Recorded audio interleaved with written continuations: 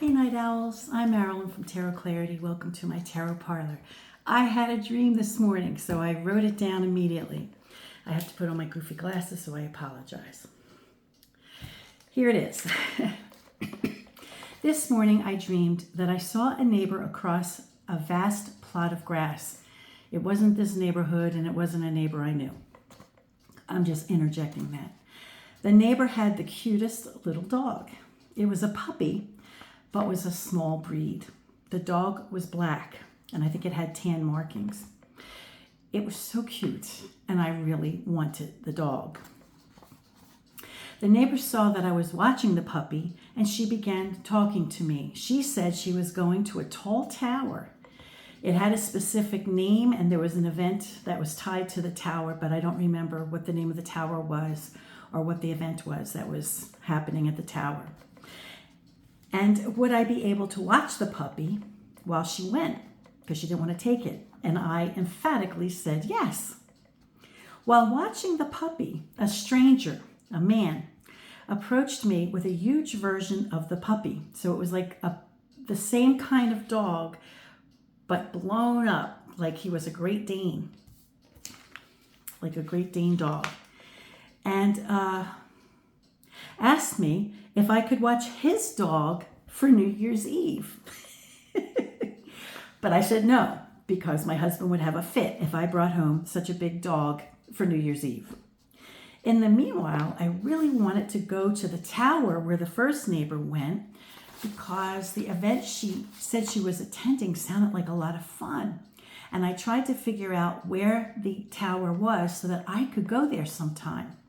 I also wanted her puppy and asked her if I could keep it, but I don't remember what her answer was. Now, there are two backstories in reality that I want to mention. Yesterday, one of my friends asked me about a video or asked me about the content of a video maybe that I could make. And I told him that I had done that exact same topic in a video, but it was a couple of years ago, so I'd have to dig deep and try to find it. So I dug deep and I found the video. But while I was looking at a couple of videos to, eliminate them, from the possibility of being the video that I was looking for, it was in my other home, the home that I owned previously to here. And in the background of the video, I heard my former doggie barking. And he was a little Chihuahua. B-A-D. He was so B-A-D. But we loved him so much. And I listened to that segment of the video over and over and over because we had to make the decision to put him down because he was so sick and suffering. His decline was just unbearable to bear witness to, and we knew he was suffering, and so we decided to call it a day. And I still get choked up when I think about it. But just hearing his little bark, and that was just like yesterday or the day before, so I may have had it in my memory or in my recent memory banks. Hearing my own puppy barking, my own dog. Now he was probably 13 or 14 at the time of that video. So he was an old dog, but he was little. He was like a little Chihuahua. He weighed 9 pounds soaking wet. So that may have been what influenced me to dream about a teeny tiny Chihuahua type dog. Now when the stranger came by with the big Great Dane, that looked exactly like the little dog, but grown up. Not grown up, but in a big magnified form. It was a different kind of dog. It went from being like a little Chihuahua to being like a Great Dane. And there was a black Great Dane when I was a little girl. She lived up the street. Her name was Princess. And so there's a connection to both of these dogs. Now, my Chihuahua, his name was Bogey, after Humphrey Bogart. He was tan, so he wasn't black, but it was the same kind of dog, But it's interesting because I have memories of these two types of dogs, and they were, the small dog, the Chihuahua that I had, was a holy terror. Oh my God, he was BAD. BAD. And then the princess dog that I said or the big Great Dane dog that the stranger asked me if I could watch and take home, who I'm connecting that dog to from when I was a child, like, 10 years old or younger, much younger than 10, probably like 7 or 8, that kind of. The neighbor had that dog when I was about 7 or 8, that they moved when I was young. That dog was such a peaceful dog. She was such a good girl. So it was the little dog that was the holy terror, and it was the big dog that was the saint. But in my dream, I wanted the naughty dog, or the dog that reminded me of the naughty dog, and I wouldn't take home the big dog, not because I didn't want to take it home, but because I figured my husband would have a fit. So those are the backstories or the associations I can make with, dogs in my real life that may have had a bearing on this dream. Now, I hadn't thought of Princess in decades. In fact, I only thought of Princess, the Great Dane from my neighborhood, just when I had the dream, because it reminded me of Princess. But the little BAD dog was definitely, I think, as a result of me having just heard Bogey barking in the background of one of my former videos. Okay, so let me pull an appropriate deck. And I think the mystery was, what was going on at that tower? That's what I really want to know. I mean, okay, what did the dogs have to do with anything? Maybe it'll come to me in the course of the reading, but what was going on in that tower? All right, let me pull a deck. I'll be right back. Alrighty, and the deck I've decided to use for this reading is La Corte de Tarocchi, which I purchased on my recent visit to Milan when I went to go see the Bergamo Tarocchi exhibit. And I made a little visit to the Il Meneghello shop.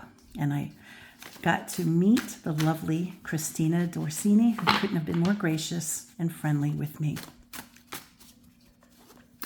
And why did I pick this deck? I don't know. I just picked it on a whim. I also want to mention, for those of you who happen to be members, the next members only chat will be this Sunday, June 28th at 10 a.m. I will be hosting my granddaughter's birthday party that day, so it will be, another 1 hour rather than an hour and a half or hour and 45 minutes. But please, ahead of time, if you happen to be a member or would like to join and be a member for the chat, 99 cents a month, send me an email, tarotclarity@gmail.com, in advance so that I know, and I could be prepared if some of you want to have, a particular discussion or, want to see a particular deck or something like that. So I have advance notice, because it's difficult for me to, dig out some tarot decks in the course of the chat, because I got a lot of decks. Okay. Alrighty. So getting back to this dream, what was going on in the tower? What was the intrigue regarding the tower, and maybe why was I remembering or being called to mind those two doggies? That's Cuckoo. Cuckoo wants to know too. Okay, here we go. The devil. So what was the intrigue about the tower? And then what made me call to mind those two doggies? The devil. Bear in mind that tarot, this is an educational channel, and tarot art in particular does on occasion have or present with partial nudity. And if you're offended by partial nudity, by any kind of art that you might see if you stepped into an art museum or opened a book on art, then this isn't the channel for you. That card did not particularly have anything vulgar or disgraceful, but I just want to mention it because and none of the cards have anything vulgar or disgraceful, but, at least nothing that a cultured person might not already have experienced in a museum or in a book. So we have the devil, And then we have the moon. Huh. This is very interesting. Let's see, what's the third? So we have the Knight of Sword.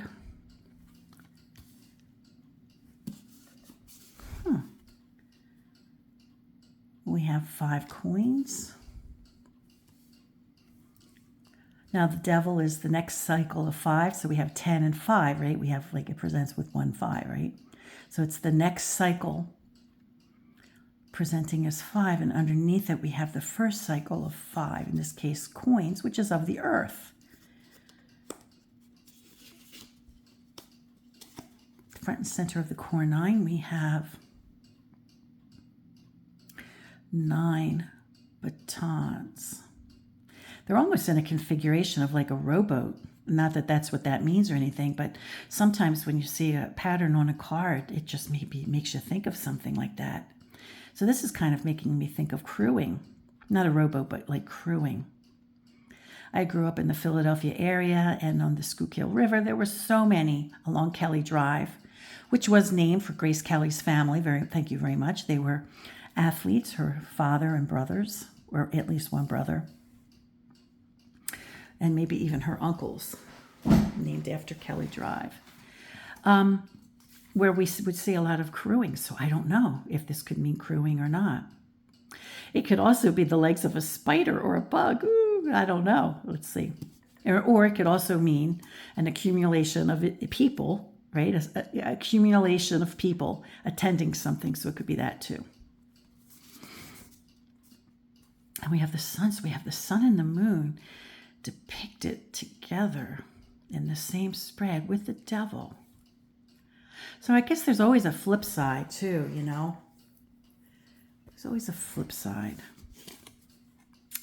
So we have Fortitude as the cornerstone card.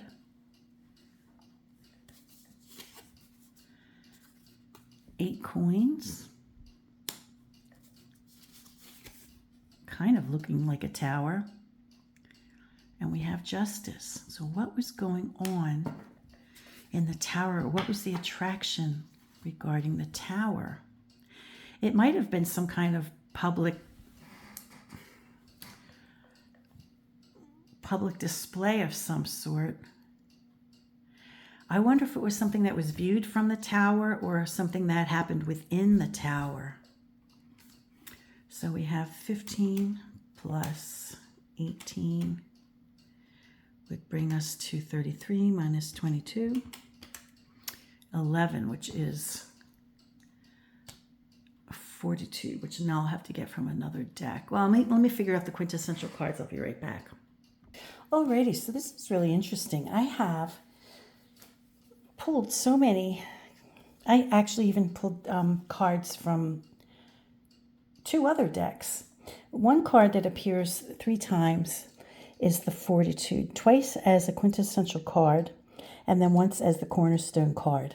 So, and in this particular deck, which is the one I use, is the portrayal of a person, with a wild beast, right? The other 2, which I chose because of their long style and being in keeping with the long, nature of this deck, I picked from Marco's collection of decks. One is the Tarocco Bolognese, and the other one is the Corte Fina della Torre. So those were the 2 decks that I chose to complement this original deck. The quintessential card for the bottom row was the Pope, which was already, I think, in play.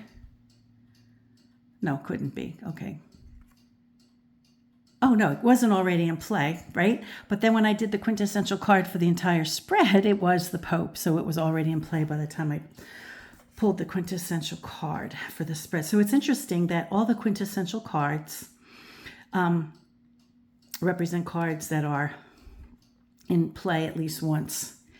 So I think that's kind of interesting. All right, the one thing that I was sort of wondering if it would pop up was the tower itself, right?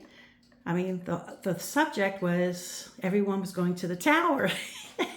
And I wanted to check out what was going on at the tower. So I think it might have been like some kind of sports event, right? Because we have the reminder front and center of the core 9 of, for me, like crewing, right?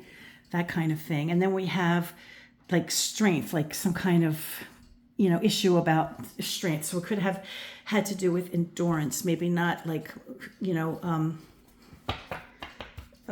like spiritual endurance, but maybe physical endurance. Then we have like justice.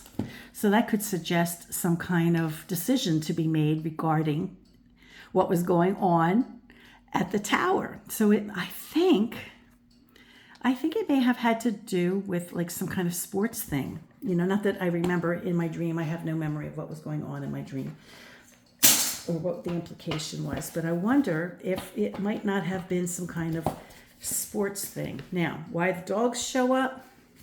We have this little beast on the bottom left, the quintessential card, not the quintessential card, excuse me, the little cornerstone card for the bottom left. Now that's a kitty cat, it's not a dog. Although, yeah, but still, my little bogey was a little wild beast. There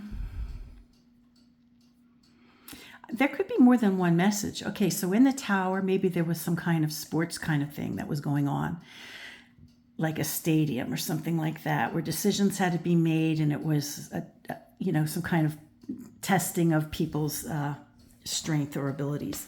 Now, it could be reminiscent of the fact that my husband's been watching every freaking soccer game, right? So that could be part of it. It's just the soccer games, that's constantly being he's watching them right now, as a matter of fact. He's got my granddaughter with him. He's watching the soccer game, carrying on, watching the game while she's, coloring in the next room with him. They're actually in another section of the house, so that's why we don't hear the game. But so he's watching that thing 24/7. So it could be in my mind that I'm remembering the soccer game and that kind of thing, and the endurance and all that. So that could be what's going on in the tower. Why I remembered the dogs, why the dogs were part of it, I don't know. The quintessential card for the entire spread is the Papa, who is the quintessential card for this row. Is it possible? Is it possible that I'm thinking on some kind of like subconscious level, whenever there's something you want to do, we do it full-fledged, Maybe I want a dog, and I'm afraid to mention it to you because I know you're going to say you don't want a dog because it will inhibit us from doing things like travel, which is what he wants to do. But my travel days are over. I decided in Italy, my long-term travel, my going to another country and spending 8 hours between airports and taxi, I can't, if I haven't seen a place by now, I'm content with reality, So maybe I'm coming to the point in my life where I want to revisit having the dog, and hearing my dog barking in that video yesterday made me remember my doggie and that I want a dog. But Il Papa, the one who thinks he's in charge, really doesn't want a dog because he sees it as interference. So that's a distinct possibility. But then what was going on in the tower was probably sports related. As far as the top row with the devil and the moon, because I kind of glossed over that. Well, I didn't gloss over it. I just never really addressed it. And as you can see, there is no nudity on this card because it's very deftly covered. It could just be, they have a sense of shame, like in the 1JJ Swiss Tarot deck, where the devil has a person who's sitting on the curb, in shame, right? So there are some devil cards that do show a sense of shame. If they weren't shamed, they would be hiding themselves. So it could be something that's shameful or mysterious. there could be a feature, but I don't know. I mean, I don't know what it has to do with the tower, because I think it was some kind of sports activity, some kind of challenge, some kind of endurance test. And as far as the dog goes, I think it's just like my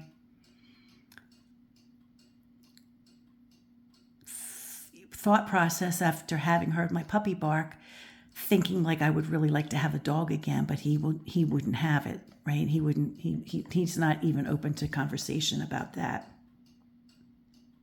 So I'm not exactly sure how these two cards in combination would lend themselves to either of those points. Like shameful, a sense of shame or remorse. And what?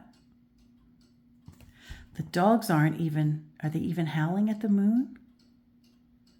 They look like little devils themselves. They don't even look like dogs. Oh yeah, they are howling. Oh, I'm looking at them upside down. My bad. I thought that was like, never mind.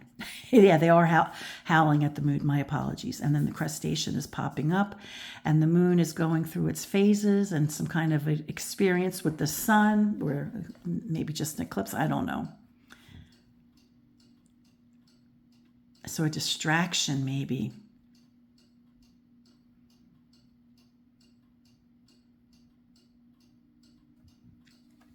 And then we have the sun. So we have the moon and the sun appearing in the same read. And this could be he and I. It's interesting. So it's like opposite feelings of the two of us, opposite feelings. And this is why tarot is so great, because if you can apply it to a question, right? You put it in the context of the question, then all this stuff comes up, right? All the stuff about maybe I really would like a dog, and I thought about having a dog again, and hearing my dog barking in the video makes me want to have a dog again. But I know it's a subject that will not be broached with my husband, right? Because he's kind of like my way or the highway kind of guy. And so that is why if you want to have meaningful tarot readings, it's really not a game of stump the psychic to see what my problems are and solve my problems so I don't have to take responsibility for them. It's really a matter of food for thought and relating the cards to a question, a particular question, because all this stuff comes to the surface. And when you can't make a connection between two cards, that's when you have to force yourself to come up with a connection, because there's always a connection. So it could be the dual forces of he and I. This is me, this is him, right? I mean, there's just the dual nature. And there's always a way to connect the cards. And there's always a way of having the cards bring meaning to a situation. But I do think that whatever was going on in the arena had to do with the sports and endurance and judgment and, people having to like win or not win or win it, that kind of thing. So I think that's what that's all about. All right. So I hope you enjoyed this. I'm going to pick up my drum. Hopefully I'll be able to finish this off without my soon-to-be 6-year-old granddaughter showing up and saying, "Can I play that?" I'll be right back. Okay, so I'm starting to play this for you without the benefit of practice ahead of time. And I haven't done it perfectly yet. Yesterday was my closest and the stand fell. So we'll give it a shot.